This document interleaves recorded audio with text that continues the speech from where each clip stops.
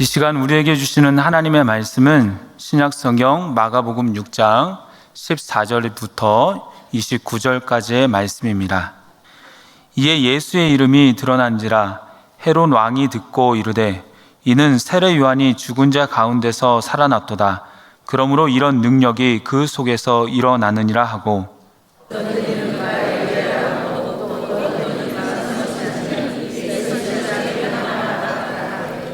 헤롯은 듣고 이르되 내가 못 뵌 요한 그가 살아났다 하더라.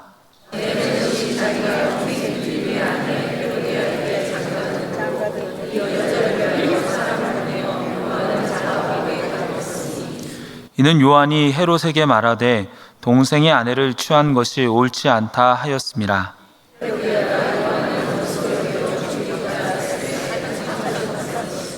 헤롯이 요한을 의롭고 거룩한 사람으로 알고 두려워하여 보호하며 또 그의 말을 들을 때에 크게 번민을 하면서도 달갑게 들음이러라.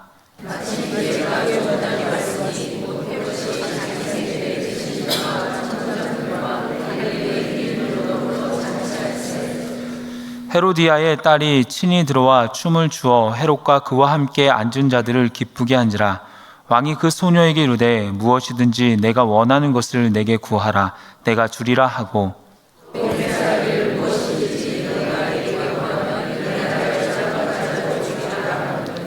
그가 나가서 그 어머니에게 말하되 내가 무엇을 구하리이까? 그 어머니가 이르되 세례 요한의 머리를 구하라 하니,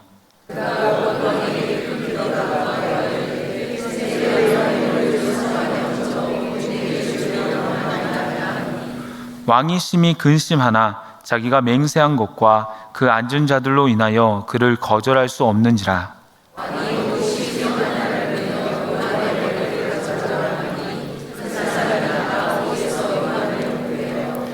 그 머리를 소반에 얹어다가 소녀에게 주니 소녀가 이것을 그 어머니에게 주니라. 요한의 제자들이 듣고 와서 시체를 가져다가 장사하니라. 아멘.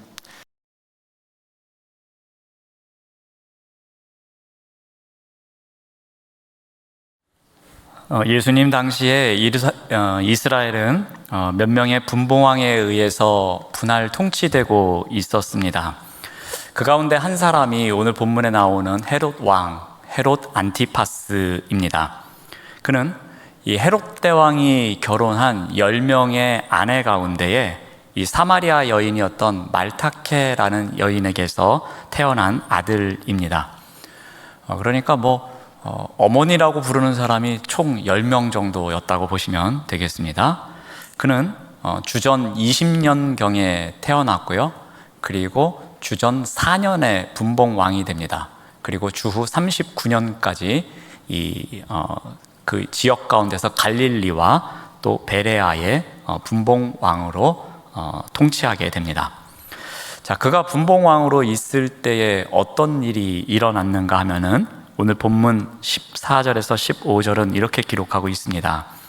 이에 예수의 이름이 드러난지라 헤롯 왕이 듣고 이르되 이는 세례 요한이 죽은 자 가운데서 살아났도다. 그러므로 이런 능력이 그 속에서 일어나느니라 하고, 어떤 이는 그가 엘리야라 하고 또 어떤 이는 그가 선지자니 옛 선지자 중에 하나와 같다라고 합니다. 그가 분봉왕으로 있을 때에 예수의 이름이 드러났다고 합니다. 그러니까 예수의 이름이 여기저기에서 소문이 나기 시작한 것입니다. 그리고 왕궁에 있었던 헤롯에게까지 이 소식이 들려집니다. 그만큼 이제 예수라는 이름이 유명해졌던 것 같습니다. 자, 그런데 이 사람들의 관점에 따라서 예수를 바라보는 시선이 다릅니다. 구원자로 분명히 이 땅에 오셨는데, 메시아로 이 땅에 오셨는데 그를 메시아로 바라보는 사람들이 없습니다. 관점은 크게 세 가지로 소개되고 있습니다. 어떤 사람들은 엘리야가 아니냐라고 합니다. 또 어떤 사람들은 옛 선지자 중에 한 사람 같지 아니하냐라고 이야기를 합니다. 그리고 어떤 사람들은 헤롯이 죽인 세례 요한이 아니냐라고 합니다. 그러면서 헤롯도 이와 같이 생각하였다고 성경은 기록합니다. 자, 그러면서 마가복음은 헤롯이 이 요한을 어떻게 죽였는지, 왜 죽였는지 그 이유에 대해서, 그 상황에 대해서 다시 회상하며 이야기를 전개하고 있습니다. 한번 그 부분을 살펴보겠습니다. 이 헤롯 안티파스는 이 이복 형제인 헤롯 빌립의 아내인 헤로디아와 이 불륜의 관계에 있었습니다. 그래서 안티파스는 이 자기 아내였던 이 파사 앨리스와 이혼을 합니다.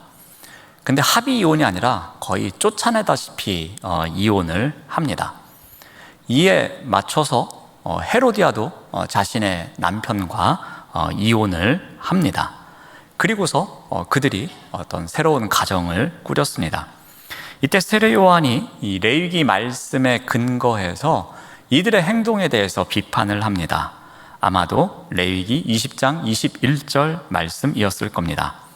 이 말씀을 보면은 누구든지 그의 형제의 아내를 데리고 살면 더러운 일이라. 그가 그의 형제의 하체를 범함이니 그들에게 자식이 없으리라 라고 합니다. 자, 누구든지에 해당되는 사람이 바로 이 헤롯 안티파스와 그의 새로운 아내인 헤로디아였습니다. 그러니까 그들은 이 세례자 요한의 이런 충고를 듣고서 우리가 뭔가를 잘못했구나 하면서 깨달았어야 되는데 그렇지 않았습니다. 특히 헤로디아는 어떻게 해서든지 이 요한을 제거하고자 하는 마음을 갖게 된 것입니다. 자, 그래서 일종의 살인 사건이 진행되는데 그 사건에 연루된 3명의 사람이 오늘 본문에 나옵니다. 자, 먼저 헤로디아입니다. 자, 헤롯 안티파스는 그래도 요한에 대해서 어느 정도 인정하는 사람이었습니다. 이분은 하나님이 보내신 선지자가 아닌가, 의롭고 거룩한 사람인 것 같은데, 이 사람이 나는 두렵다. 어떻게 해서든지 이 사람을 좀 보호해야 되는 거 아닐까라는 생각을 갖게 됩니다. 자, 그런데 헤로디아는 전혀 상반된 의견을 갖고 있습니다. 어떻게 해서든지 이 요한을 죽이고자 합니다. 결국 안티파스를 얼마나 괴롭혔는지는 모릅니다. 하여튼 헤로디아가 바가지에 바가지를 긁은 것 같습니다. 그래서 요한이 감옥에 갇힙니다. 자, 헤로디아는 여기서 멈췄어야 합니다. 자, 그런데 멈추지를 않습니다. 어떻게 해서든지 이 요한을 죽이고자 합니다. 헤로디아는 매우 영리하고 좀 사악했던 여인이었던 것 같습니다.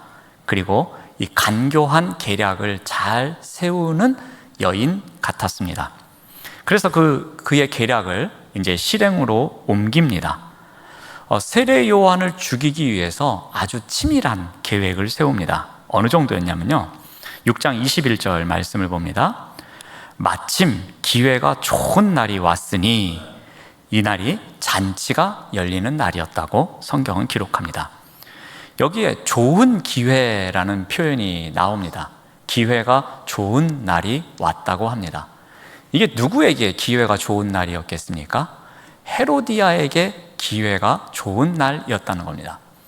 헤로디아는 계속해서 기회를 엿보고 있었습니다. 어떤 기회를 엿보고 있었습니까? 어떻게 하면 요한을 죽일 수 있을까? 이 감옥에만 가둬두어서는 이 뭔가 좀 마음이 아직도 불안한 겁니다. 그래서 내가 어떻게 해서든지 이 사람을 죽여야 되는데 그 기회를 계속해서 엿보고 있었던 겁니다.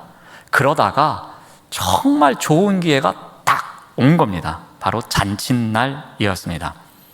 이 헤로디아가 계속해서 기회를 엿보고 있었다는 사실은 그 다음 이야기를 통해서 우리가 알 수 있습니다. 이 안티파스가 헤로디아의 딸에게 물어봅니다. 내게 무엇을 주면 좋겠느냐라고 묻습니다. 그때 이 딸이 그 자리에서 자기가 원하는 것을 이야기하지 않습니다. 곧바로 누구에게 달려갑니까? 어머니에게 달려갑니다. 어머니 헤로디아에게 찾아가서 이런 일이 생겼는데 뭘 달라고 할까요? 라고 묻습니다. 그때 헤로디아는 생각하지도 않습니다. 고민하지도 않습니다. 한 10초도 망설이지 않았던 것 같습니다. 전혀 지체하지 않고 곧바로 세례 요한의 머리를 구하거라 하면서 기다렸다는 듯이 이 기회가 온다면 곧바로 이야기할 것처럼 준비한 멘트를 내뱉습니다.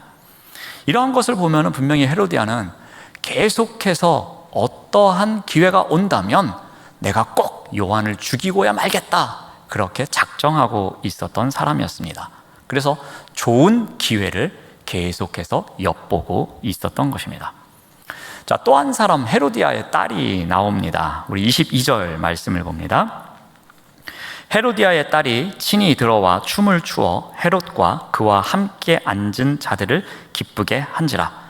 왕이 그 소녀에게 이르되 무엇이든지 내가 원하는 것을 내게 구하라, 내가 주리라 하고. 자, 헤롯이 베푼 생일 잔치였습니다. 그런데 이때 잔치에는 남자들만 들어올 수 있었습니다. 그래서 이 잔치의 장소에 헤로디아도 없었습니다. 그러니까 왕비도 지금 잔치의 자리에는 없고 남자들만 그 안에 있었습니다. 뭐 했겠습니까? 술 먹고 춤추는 여성 노예들의 춤을 바라보고 있었을 것입니다. 자, 그런데 갑자기 한 명이 등장합니다. 바로 살로메입니다. 살로메가 들어와서 춤을 춥니다. 그리고 성경은 기쁘게 했다고 기록하고 있습니다. 근데 이 기쁘게 했다로 번역된 단어가 조금은 안 좋은 단어입니다. 에레센이라는 헬라어인데요, 이것은 성적으로 만족시키다라는 뜻을 갖고 있습니다. 그러니까 이 헤로디아의 딸인 살로메가 춘 춤이 그냥 이렇게 예사로운 춤이 아니었던 것 같습니다. 조금은 성적인 그런 어떤 것을 불러일으키는 그런 춤이었던 것으로 보입니다. 살로메가 자발적으로 이런 춤을 추었겠습니까? 아마도 어머니가 시켰을 것이라고 생각이 듭니다. 그러니까 어머니는 이 딸을 앵벌이로 사용한 겁니다. 가서 네가 이렇게 하면 분명히 무슨 일이 있을 것이고 그러면 나에게 오라고 아마 그렇게 시키지 않았을까, 그런 상상도 해봅니다. 아무튼 이 헤로디아는 나쁜 엄마입니다. 자, 그런데 그의 딸 살로메도 이 보통이 아닙니다. 이 어머니 못지 않습니다. 세례 요한의 머리를 구하라는 어머니의 말을 듣고서 거절하지를 않습니다. 아니, 어떻게 이 춤의 대가를 그 사람의 모가지를 달라고 합니까? 저는 그럴 수 없습니다. 어머니, 그러지 마십시오. 큰일 납니다. 보통 딸이라면 이렇게 말해야지 정상이지 않겠습니까? 그런데 이 살로메가 어떻게 하는가 하면은 우리 25절 말씀을 봅니다. 그가 곧 왕에게 급히 들어가서 구합니다. 뭐라고 하냐면은 세례 요한의 머리를 소반에 얹어서 곧 내게 주십시오라고 합니다. 여기에 곧, 급히라는 단어, 아주 시간을 긴박하게 다루고 있는 단어, 그러한 단어들이 지금 3번이나 반복돼서 나오고 있습니다.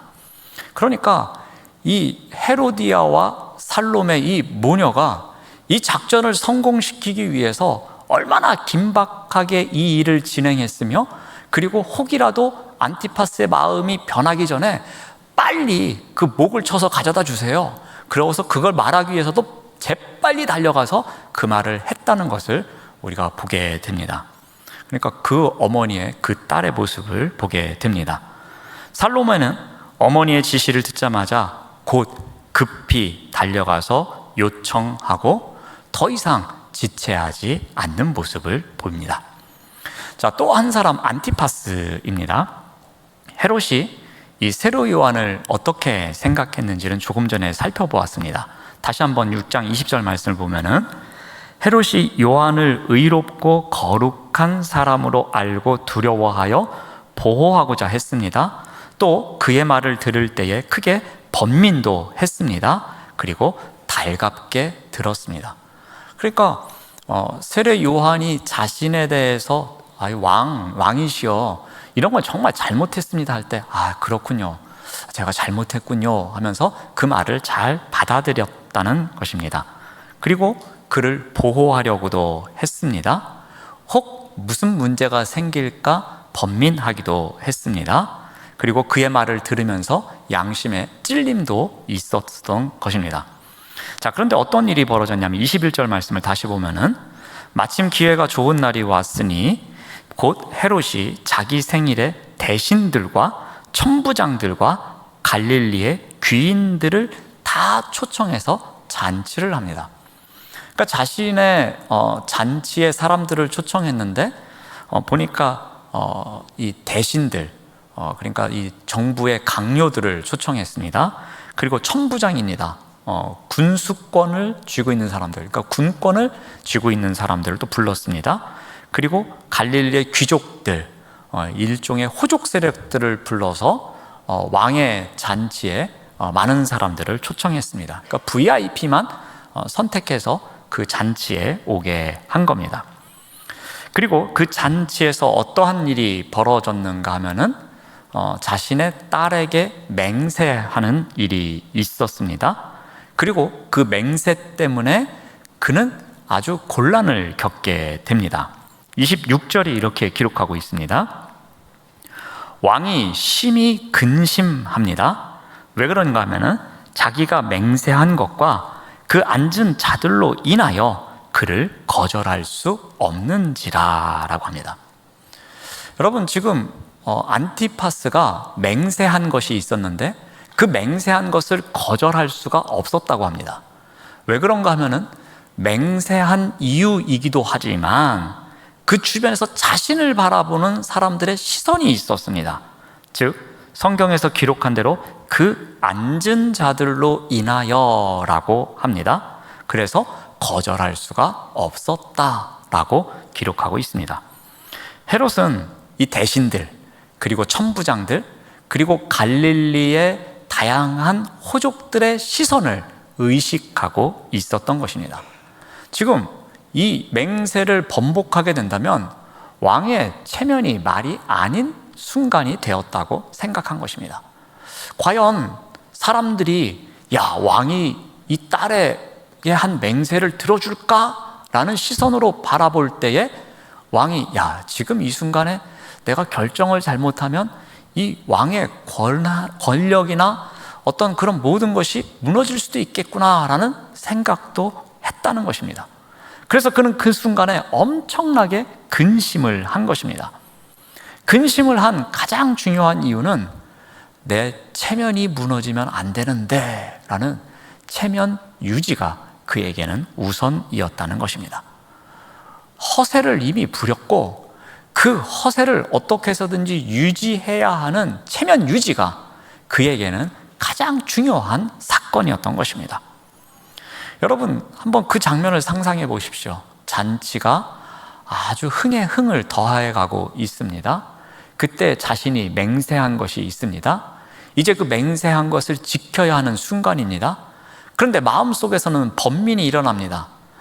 이 사람은 내가 지켜줘야 하는 사람인데, 이 사람은 분명히 하나님께서 보내주신 선지자인데, 이 사람의 말을 듣고서 내 마음속에 찔림이 있었는데, 이 사람을 죽인다고? 이거를 할 수 있을까? 라는 번민이 계속해서 밀려왔습니다. 그런데 사람들의 얼굴을 보니 자신을 쳐다보면서 과연 왕이 이 일을 할 것인가 안 할 것인가? 왕이 지키겠다고 약속한 것을 지킬까 안 지킬까 하는 그 시선이 매우 두려웠던 것입니다. 헤롯은 사람들 앞에서 내가 온갖 권력을 갖고 있는 사람인 척 했습니다. 실제로 분봉왕이 그렇게 많은 권한을 갖지는 못했습니다. 그런데 자신이 마치 그 팔레스타인 지역 모든 땅을 다스리고 있는 왕처럼 내가 갖고 있는 권력이 대단해 라고 해서 딸에게도 내가 원하는 것이 있으면 내가 무엇이든지 주겠노라고 말을 했습니다. 또한 그 다음에 23절에서 말하기는 뭐라고 했냐면은 내가 맹세하던데 무엇이든지 내가 구하는 것 있으면 이 나라의 절반까지도 주겠다 하면서 온갖 허세를 다 부렸던 사람입니다.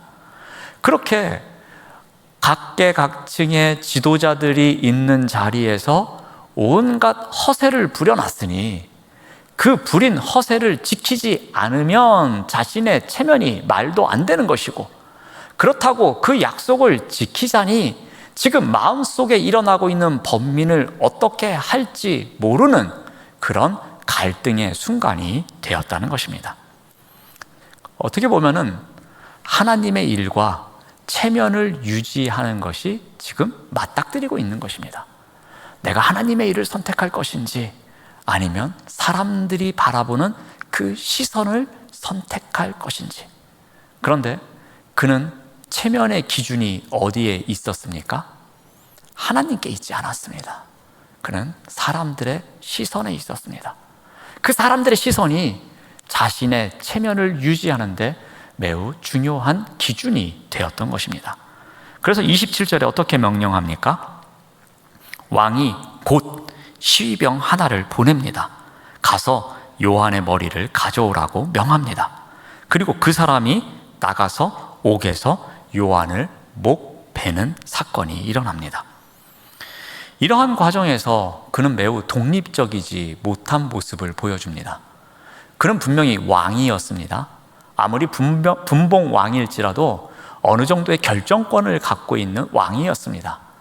그럼에도 불구하고 그는 살로메와 헤로디아에게 종속되어 있는 모습을 보입니다. 그리고 그곳에 잔치에 참여한 사람들에게 자신의 왕권이 완벽하게 독립되어 있지 못하고 그들의 시선을 살피고 그들의 눈치를 살피는, 그래서 자신의 체면 때문에 결정하고 싶은 대로 결정하지 못하는 우를 범하는 그런 모습을 보여주게 됩니다.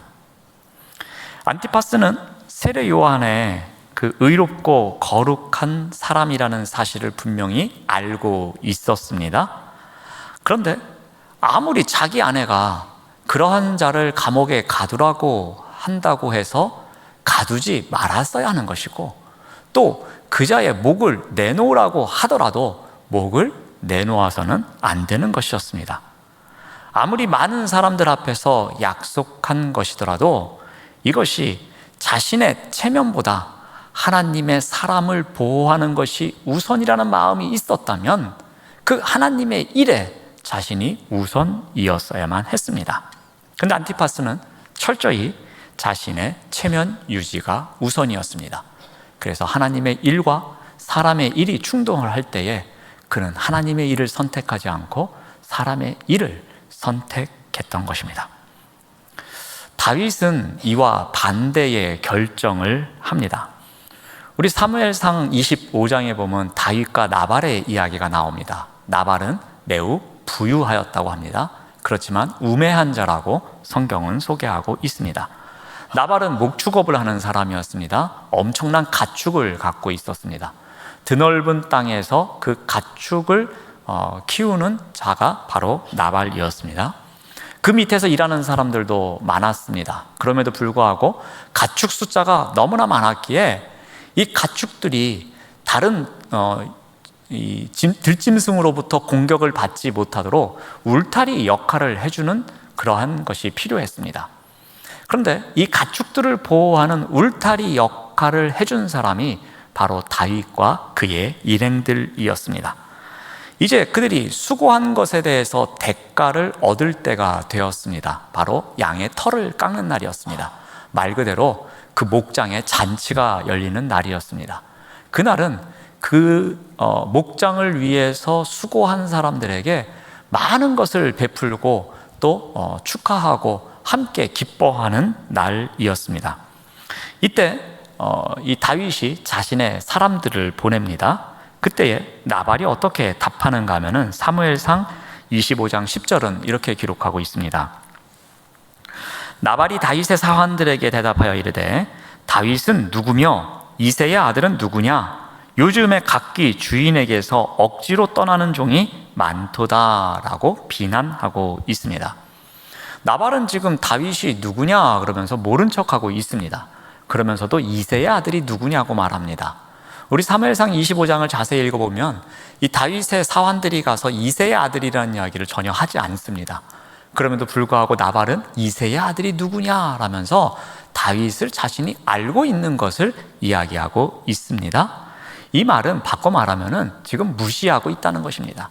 이새의 아들? 어디서 들어본 것 같은데 그자가 누구야? 하면서 지금 무시하는 발언을 하고 있는 겁니다. 무엇보다도 그가 도망친 노예들을 모아놓고 거기서 두목 역할을 하는 산적과 같은 사람이라고 비아냥거리고 있습니다.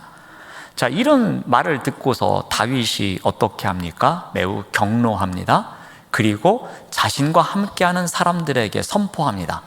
400명에게 무장할 것을 명령하고 그들과 함께 가서 이 나발과 그의 집안을 멸할 것을 명령합니다.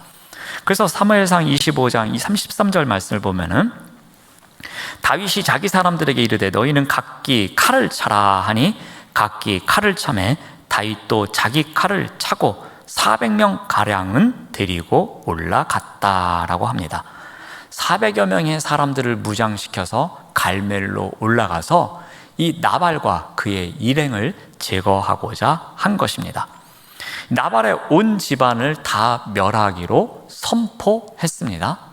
자, 다윗을 따르는 사람들이 400여 명입니다. 그리고 그들에게 명분을 이야기했습니다.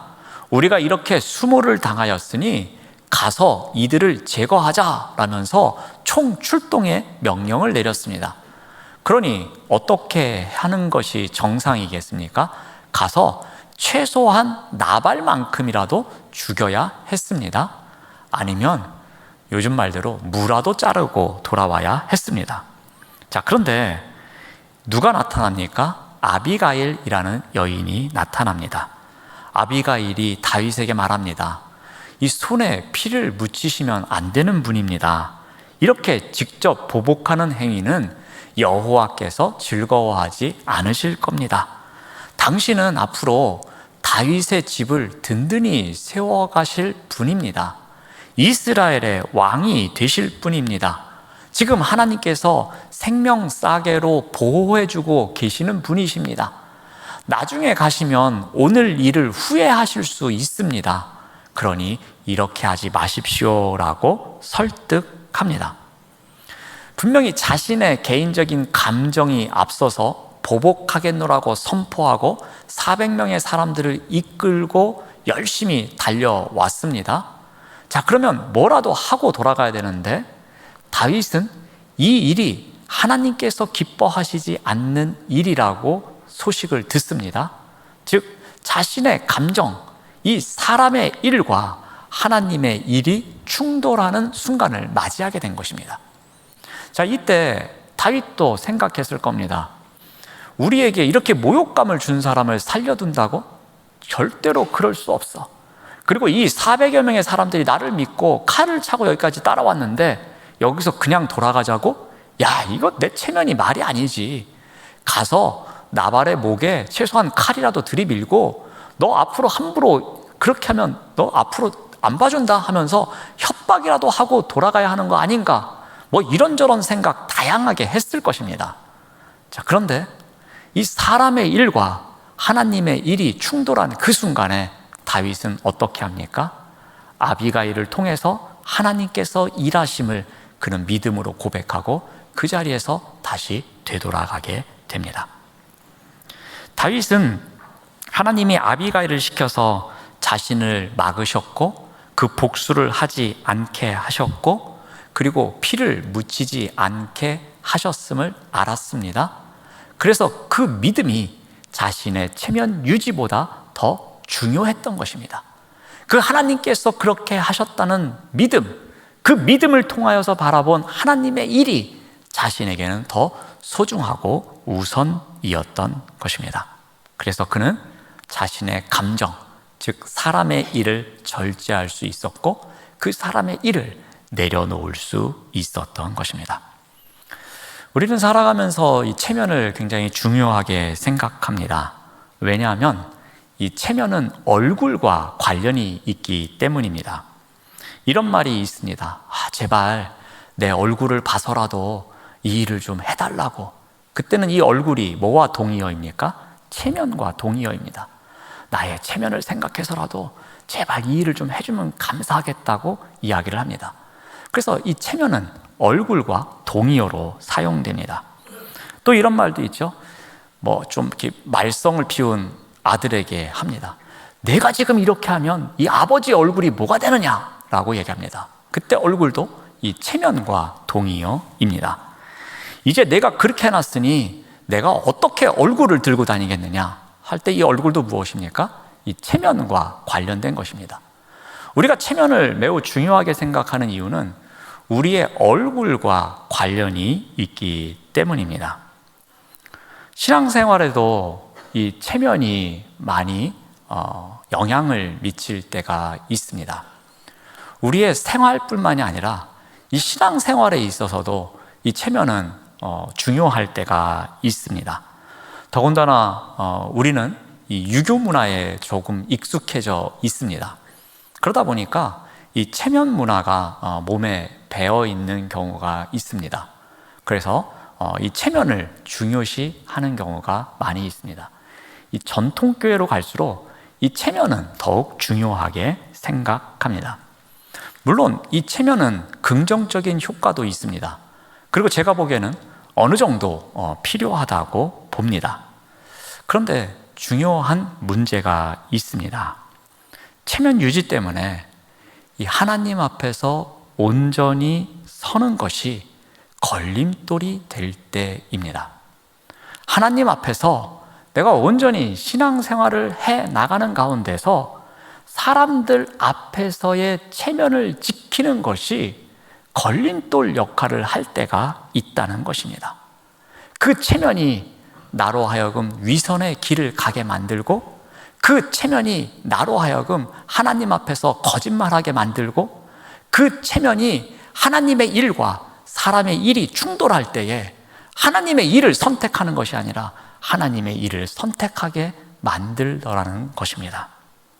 그러므로 우리가 크고 작은 선택을 할 때에 꼭 기억해야 할 것이 있습니다. 이 일이 단지 사람들 앞에서 보여주기 위한 체면 유지를 위한 일인지, 아니면 이 일이 하나님 앞에서, 즉 코람데오의 믿음을 고백하는 일인지, 이것을 우리가 꼭 생각해야 할 일일 것입니다. 사람 앞에 체면이 중요한 것이 아니라 내가 이것이 사람의 일이라서 이것을 잘 해내서 내 체면을 지키는 것이 우선이 아니라 하나님의 일이라서 하나님 앞에서 온전히 세워져 가기 위해서 이 일이 우선이다라는 마음, 그 믿음이 우리에게 있어야 한다는 것입니다. 사람의 일과 하나님의 일이 충돌할 때에 우리의 체면의 기준이 어디에 있어야 하는가? 그것은 내 체면 유지를 위해서, 내 얼굴이 창피하지 않게 하기 위해서 사람의 일을 선택하는 것이 아니라, 비록 내 체면이 잘 유지되지 않을지라도 하나님의 일을 선택하는 용기 있는 그리스도인으로 살아가시는 우리 모두가 되시길 바랍니다. 기도하겠습니다. 하나님 감사합니다. 체면 유지 때문에 위선으로 가는 지름길을 선택할 때가 많이 있습니다. 무엇보다도 코람데오의 믿음으로 그리스도인으로서 품격을 지키며 살아갈 수 있도록 인도하여 주시옵소서. 예수님의 이름으로 기도드립니다. 아멘.